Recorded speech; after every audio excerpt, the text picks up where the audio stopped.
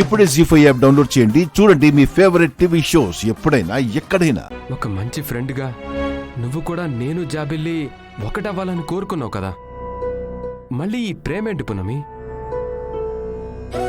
జాబిల్లి గురించి పున్నమికి చెప్పకముందే పున్నమి మిమ్మల్ని ప్రేమిస్తుంది పృథ్వీబాబు. మీరు తప్ప వేరే ప్రపంచమే లేదనుకున్నది. అందుకే మీకు చిన్న గాయమైనా తన ప్రాణం పోయినట్టు ఫీల్ అయ్యేది.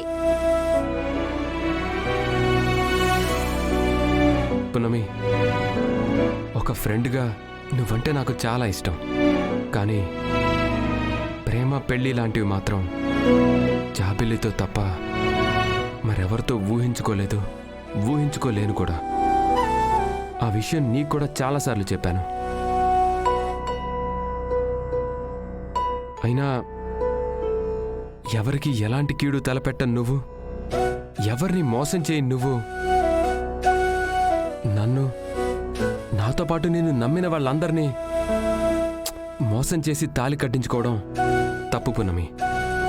అలా నువ్వందరి నమ్మకాన్ని చంపేశావు.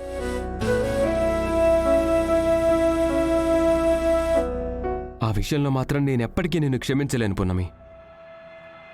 నువ్వు చంపింది నా నమ్మకాన్ని మాత్రమే కాదు, జాబిలిపై పెంచుకున్న ఆశల్ని, జాబిలి కోసం కన్న కలల్ని, జాబిలితో ఊహించుకున్న భవిష్యత్తుని మొత్తాన్ని చంపేశావు. అది కాదు పృథ్వీబాబు. నువ్వు వాక్కొండమ్మా.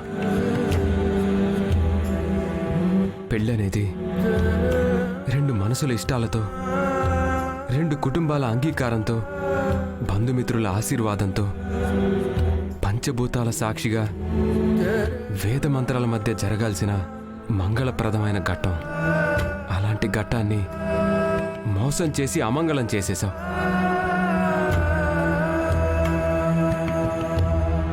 నా పెళ్లి విషయంలో నేను క్షమించలేను పున్నమి. కానీ మా అమ్మని కాపాడిన విషయంలో మాత్రం నీకు రుణపడి ఉంటానని చెప్పడానికి వచ్చాను. పెళ్లి విషయంలో కాకుండా మరే విషయంలోనైనా నీ రుణం తీర్చుకోవడానికి నా ప్రయత్నం నేను చేస్తానని చెప్పడానికి వచ్చాను. వకీల్ సాబ్, అయితే పోలీసులు అరెస్ట్ చేసిన మా అమ్మని కాపాడతారా వకీల్ సాబ్? మా అమ్మని బయటికి తీసుకురండి వకీల్ సాబ్, ఇంకేమీ వద్దు.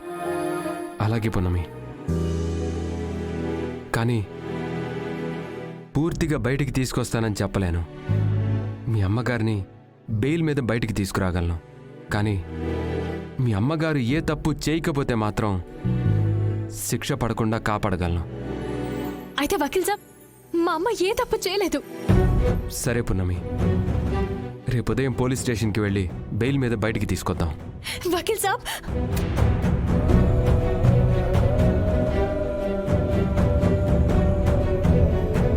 క్షమించండి వకీల్ సాబ్.